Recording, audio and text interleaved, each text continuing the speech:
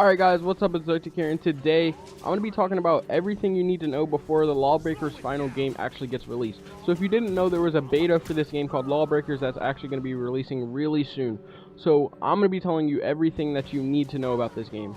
So pretty much this game is a first-person shooter with different types of roles. When it comes to the roles and stuff, kind of think Overwatch.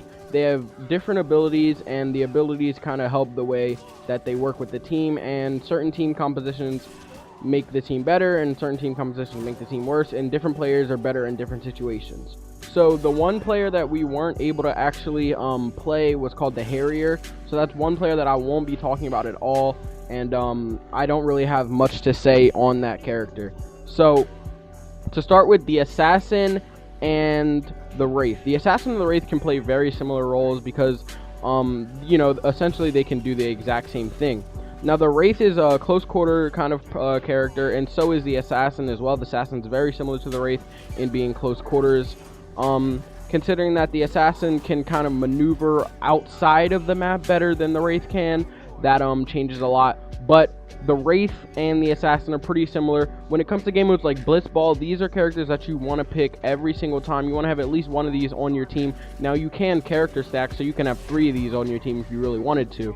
So these guys are definitely necessary.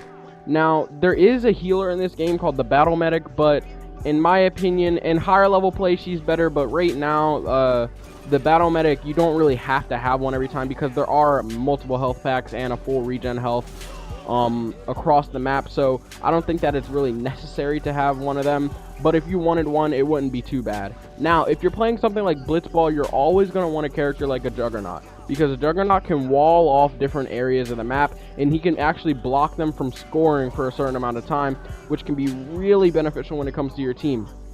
Now, I think that it's always good to have some type of heavy, like, tanky character, and the only, like, tanky characters in the game really are the Juggernaut and the Titan. The Juggernaut, I would say, is good for things like Blitzball, and the Titan is better for things when everybody's kind of trying to move around if you're playing something like the other game modes. So, Gunslinger can also be really good for trying to get picks off of people, same with the Enforcer and stuff like that. So, now we're going to be talking about the different game modes. The different game modes in the game include Uplink, Blitzball, Turf War, and Overcharge. That's all we got to play in the beta, and that's all that's really been released.